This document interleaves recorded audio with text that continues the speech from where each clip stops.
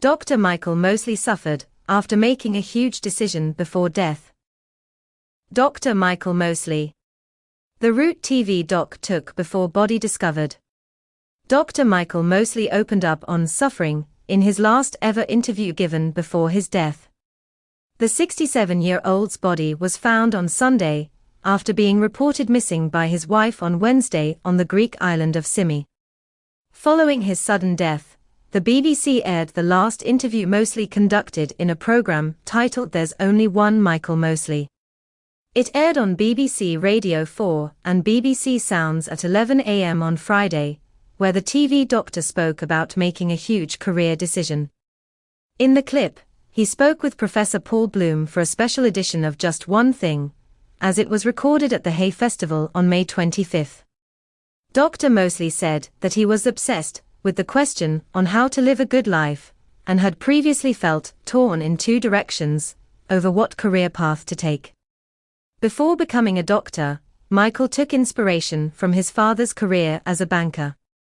He followed a similar path, before ultimately deciding that the suffering wasn't for him.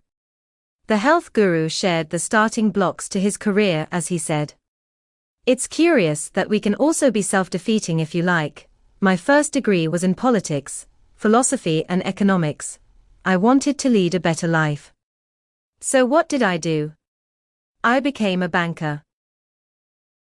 Not the most obvious goal, but I was told it would be really hard and therefore I decided to do it, because it was going to be really hard, and I was likely to suffer, and I did suffer. And then I realized this is actually a really, really stupid thing to do, so I went off and became a doctor instead." As always, the doctor also touched on some of his best health tips. He admitted that he often took cold showers as he said that they hurt, but made him feel better afterwards. He said, "I cannot say it is a moment of bliss, it's normally followed by a lot of screaming, and actually what I do is I sing very loudly, which my wife hates, but it gets me through it and afterwards I feel good about it. Despite the fact that I know I'll feel better afterwards, it's still every time a challenge to turn it on to full cold, because I know it's going to hurt." Dr. Mosley also shared one health tip that he confessed he often advised, but never followed himself. He said, "I'm going to confess now, I've been telling people to meditate, do mindfulness, but the reality is I don't really do it. I mean to do it. I have long discussions with my wife about how we're going to do it tomorrow, but then somehow we never really get around to it.